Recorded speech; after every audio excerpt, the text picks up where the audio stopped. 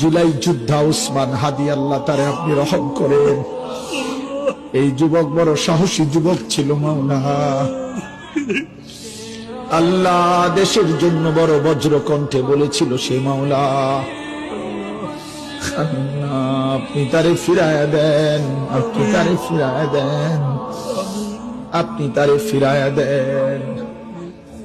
আল্লাহ আল্লাহ আল্লাহ আমার দেশকে নিরাপদ করে দেন।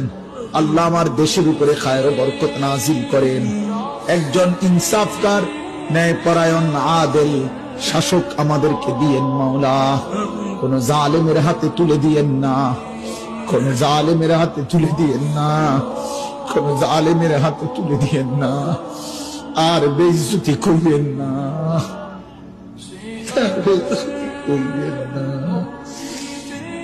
ইজ্জত নিয়ে বাঁচতে চাই, কোরআন বুকে বাঁচতে চাই, সেজদা দিয়ে বাঁচতে চাই, আপনারে রেখে বাঁচতে চাই, বিবি বাচ্চাকে ঈমান আমলের উপরে রেখে যেতে চাই।